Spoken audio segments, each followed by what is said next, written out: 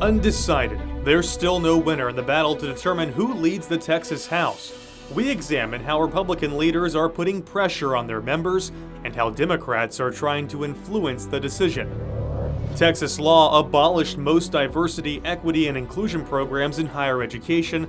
We sit down with the senator who led the effort to ban DEI, why he says lawmakers have more work to do. A deadly crash into a hospital sparks change in the law. We'll look at one city's new plan to protect people. Produced from the Capitol in Austin and airing statewide, this is the award-winning State of Texas.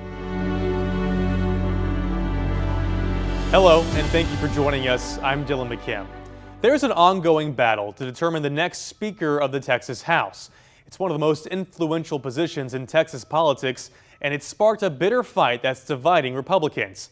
Tensions rose last weekend when the Republican caucus met to choose its Speaker nominee.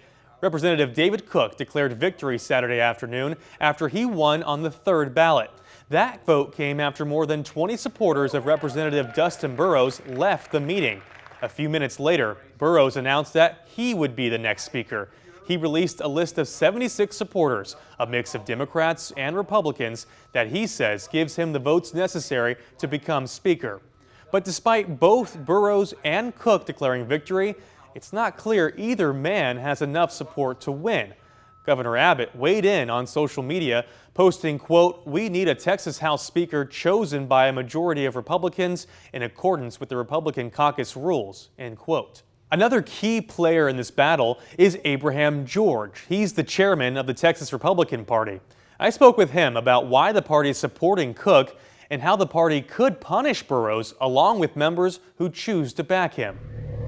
Our rule, the state party rules, mandate that the speaker candidate get elected from the caucus itself, and the caucus rules mandate that every Republican get behind the nominee from the caucus. So David Cook is the nominee for the Republican Party at this point.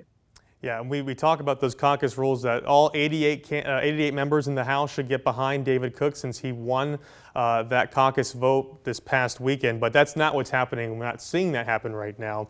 And I've seen a lot on social media as to talk about, the House GOP or the GOP rules about censorship of members. Can you explain to us, I think it's Rule 44 in the Texas GOP rules, explain to us what that means to censure a member and what kind of penalties they could face if they go against the party here? Well, I want to be starting by saying that we are not at this point censoring anyone. We put out a resolution over the weekend. The SREC was in session last weekend. So the Rule 44 allows the Republican Party to say, you're a Republican elected official and you're not doing what the Republican Party and the grassroots and Texas is asking you to do. And so you are in violation of our rules, our party platform, or priorities, and we can censor you. And if you end up having multiple censorships on your record, the party has the right to tell you you cannot run as a Republican in the next cycle. So it is a major issue for elected officials, and it also gives the grassroots a lot of power to say, who do we want to represent us? Can you explain what tactics or what tools can the party use to prevent someone from running for the Republican ticket? Well, the idea is to not to put people outside, take them out of the ballot. The idea is to make sure that party have some right, some tool that will allow the party to push the Republican nominees, the Republican elected officials, to do the right thing. In Dustin Burrows' case, this is not a censure at this point. We don't know if it's going to be a censure. That will be decided by the county party CECs. Then the SREC, the state party Republican committee, comes together every quarterly, and they will make that decision. And if they direct me as the chairman of the party to say Dustin Burrows needs to be removed from the ballot, then that's my task. I have to go do that. These issues, we're going getting way ahead of where we are at today. So today our goal is to get the rest of the Republican House members to come and back David Cook, because that is the right thing to do, and to have Dustin Burrows to withdraw his nomination. And if he goes out there and gets support from Democrats and gets some support from some Republicans, we're going to look at it as a violation of our rules and also the caucus rules, and we will go into the censorships and ballot access and all of those things at that point. Okay. Yeah, we saw the Governor Greg Abbott, and Lieutenant Governor Dan Patrick took to social media to kind of say, hey, Republicans need to back the GOP-sponsored candidate for Speaker. Do you think that will bring these other Republicans in line with the party? I think some of them will reconsider their stand today and will go in and say, maybe I don't want to take on the entire Republican Party and the lieutenant governor and the governor and everybody else in the state of Texas who are conservatives. So we think that some of them will come to our side today or over the next couple of days. The next House Speaker will be a Republican, but House Democrats could play a key role in picking the winner. Who is going to do a better job for Texans? That's the question Democrats are asking. We'll hear from the new head of the House Democratic Caucus about how the party's responding to Republicans in the race for Speaker.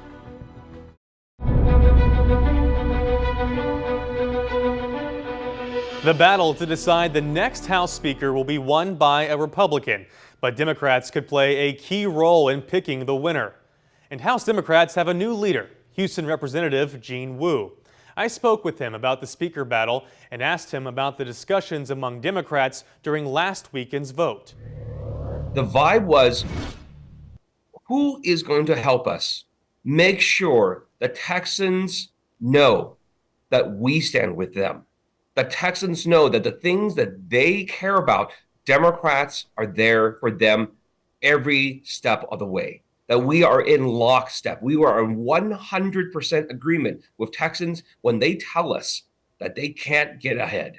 When they say we are working ourselves to the bone, but we see no results from it.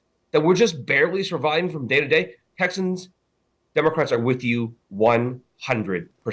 I don't know if you've been able to speak to any candidate for the Speaker race, but if you were able to, what kind of questions would you have for them in their leadership role? No. We have had conversations with candidates, and the conversations that Democrats and myself all over across the board are having with them are, who is going to do a better job for Texans? That's the question Democrats are asking. If we work with you, are you going to address the questions that we've been asking? What is going to happen with school funding? Are you going to save rural hospitals? Are you going to fix the things that we need to fix in our lives? Are you going to make housing cheaper? How are you going to make housing cheaper? What are you going to do to pay teachers more? What are you going to do to protect all the things that we care about? And so far, only one candidate so far has answered those questions and answered them in a reasonable way. And we're going to continue asking those questions, and maybe other candidates will change their minds. Maybe they'll talk about something different. Maybe they'll start talking about what Texans actually want. What are your feelings that all candidates will start talking that way? I think we're starting to see it.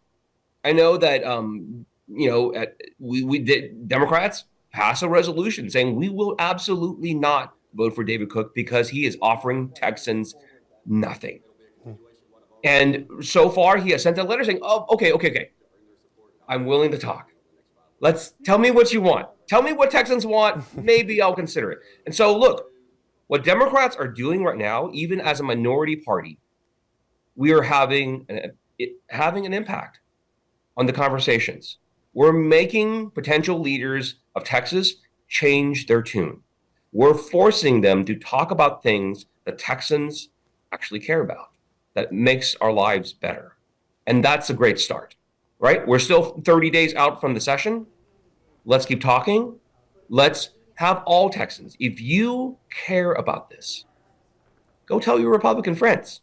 Go tell them to tell their leaders that, hey, we have real issues that we care about. We have real things that affect our lives on a day-to-day basis. Tell us about those first. Keep your red meat issues to yourself. All your anti-trans, book banning, CRT bans, whatever you got, all that stuff, that is just there to generate hate, keep that to yourself. Tell us about wages. Tell us about housing. Tell us about medical costs. Tell us about how you will make sure that Texans actually get ahead. Representative Wu spoke at length about what he sees as priorities for the upcoming session and how Texas Democrats can achieve those goals. You can see our full interview right now on our website. Just look for the link in this week's State of Texas story.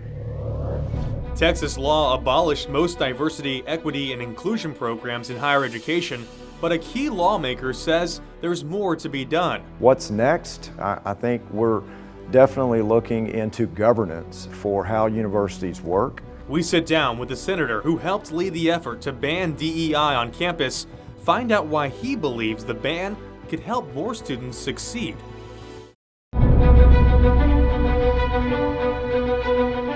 The state agency that oversees higher education in Texas released a new study looking at student success rates. The study is a part of Senate Bill 17, which outlawed the use of diversity, equity, and inclusion offices at public colleges in Texas. The report from the Texas Higher Education Coordinating Board only looks at data from 2022 and 2023, the years before SB 17 took effect. So these numbers will be treated as a baseline, and here's what they show. The study is looking at certain metrics to measure success, including graduation rates at 2-year and 4-year institutions. In 2023, the 4-year graduation rate for Asian students at a 4-year institution hit 64%, 53% for white students, a lower 38% for Hispanic students, and at the bottom, African American students at 29%. The report finds, quote, African American students consistently achieve the lowest graduation rates across all time frames. Critics of this law believe those numbers could fall even further. It's very sobering to look at this data and know that it will likely change in the coming years when they review it again. Emily Witt is with the Texas Freedom Network. She says the baseline data in this report is proof that DEI offices are needed on college campuses. We have to make an effort to build connection and community and give first-generation students and students of color and students from Black communities places where they can access resources that are for them. Not everyone feels that way, including the author of the bill, Texas Senator Brandon Creighton. He believes the data proves DEI is responsible for the low performance. We saw that across the state of Texas, the diversity, equity, and inclusion offices were taking us backwards, where even the hiring of minority faculty professors and their recruitment had slid from 3.1% to 1.7%. He would like to use the money once used to hire DEI employees to be funneled to create programs to support students. We want to go a little deeper. Politics reporter Ryan Chandler spoke at length with Senator Creighton and found out he has plans to expand on SB 17. We've already passed SB 17 to essentially abolish DEI on campuses. What more do you think needs to be done in that realm? Well, that's the purpose of the hearings. We're getting incredible feedback on just exactly how the DEI compliance is currently working, right? Because we're making sure that all public universities are following the letter of the law, and we have pretty powerful enforcement provisions in that bill tied to funding for those universities if they tried to subvert the intent of Senate Bill 17. What's next? I think we're definitely looking into governance for how universities work. We're making sure that they are campuses focused on education and innovation, not on political indoctrination. And so that's where we are in listening to many of these new members coming into the Capitol that I'm getting to know. I think our Senate Education Committee is focused on the opinions of those members on where we go next. I want to ask you about the new report from the Texas Higher Education Coordinating Board that assessed student success across a broad range of institutions and demographics. And it found strikingly that African American students consistently underperform every other demographic across the key indicators of success, whether it's retention or GPA or graduation rates. How do we improve those outcomes without the diversity, equity, and inclusion programs that are purported to help them? Well, the statistics you just named are the statistics and the outcomes under DEI units, right?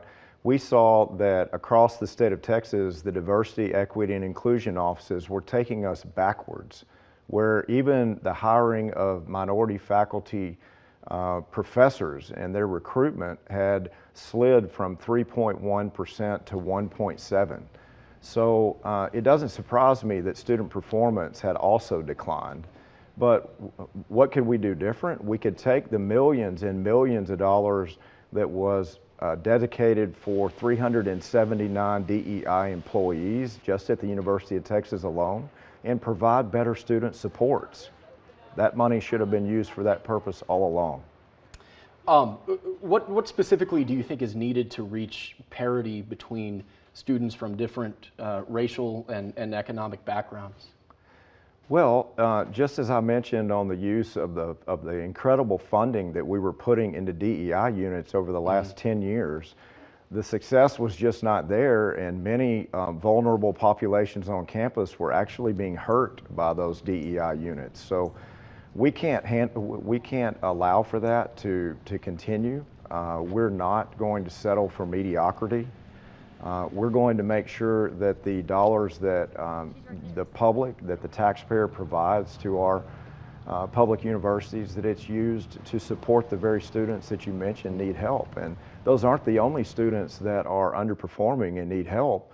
We need to help them, and we need to help all students that need the supports in a lift up so that they can in turn, through their own hard work and merit and work ethic, continue to climb to a successful opportunity in the workforce. The Texas Higher Education Coordinating Board plans to release a report on the impact of Senate Bill 17 every 2 years.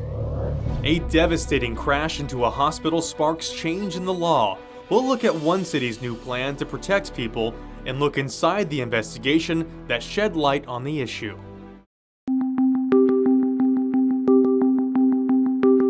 I also want to give a special thank you to KXAN's Matt Grant. His diligent investigative coverage brought this issue to light. A local leader's promise kept after a deadly crash, and our investigation sparked major safety changes. We've been following this story for months in our Preventing Disaster series of reports. Thursday, the Austin City Council gave final approval to a new law requiring safety barriers at all new hospital entrances and other critical sites. Investigator Matt Grant learned it's already being praised for its potential to save lives. Tense moments after months of policymaking. I'm pushing to postpone this item. As some council members push to delay discussion until the end of January, citing the Planning Commission's concern that requiring crash-rated bollards at new hospitals, urgent care clinics, and standalone ERs doesn't go far enough. I think that it would be an absolute travesty for us not to vote today in favor of this item and to postpone it and kick it down the road further. Councilmember Mackenzie Kelly introduced the resolution in July. It came after our investigation into a deadly crash at St. David's North Austin Medical Center in February that killed the driver and injured 5, including the Bernard family, who shared their story exclusively with us. Their goal? That no one else would have to go through what we're going through. I want to thank the Bernard family for their courage to speak up and to talk about their experience. At the last council meeting before her term ends, Kelly urged the council to pass the measure and expand it later. Right now, today, we have the ability to affect a very serious change. That final plea helped pass the measure unanimously. I'm going to say it without objection. Item number 74 is adopted. So let's take a look at the new data that we just found. The change in law comes in response to our 10 months of reporting, collecting data from the Storefront Safety Council, a nonprofit that tracks vehicle crashes, along with TxDOT, police, and media reports. We built our own database, finding now more than 400 crashes at or into medical centers nationwide in the last decade. That number 400 does not surprise me. Attorney Sean Breen represents the Bernard family in their $1 million lawsuit against St. David's, accusing the hospital of gross negligence for not having bollards. After the crash and following our questions, it installed a dozen. Now, new facilities and existing ones wishing to expand are required to take those safety steps. The Bernard family is absolutely enthused and very grateful that the City Council acted appropriately and quickly here. This is a great day for Austin. Are you convinced that this will save lives? Absolutely, this will save lives. Kelly calls this new law her legacy. My hope is that other communities can use this as a framework to get it passed in their jurisdictions. This all comes following yet even more crashes involving medical centers. In recent days and weeks, we've seen them in Fort Worth, Maryland, and Rhode Island. Austin now becomes at least the 6th city or county nationwide to require security barriers, 4 of them now sparked by deadly incidents. At Austin City Hall, Matt Grant, State of Texas. The new ordinance takes effect later this month. St. David's did not respond to our request for comment by deadline, but the hospital group previously told us it does not comment on litigation and would comply with any new legal requirements passed. You can catch up on our complete 10 months of coverage right now on our website. Just look for the Preventing Disaster button on this week's State of Texas story, where you'll also find interactive maps of those 400+ crashes we've tracked at hospitals over the past decade across Texas and the nation. Thank you again for joining us for State of Texas. I'm Dylan McKim. We'll be back next week to bring you an in-depth look at Texas politics.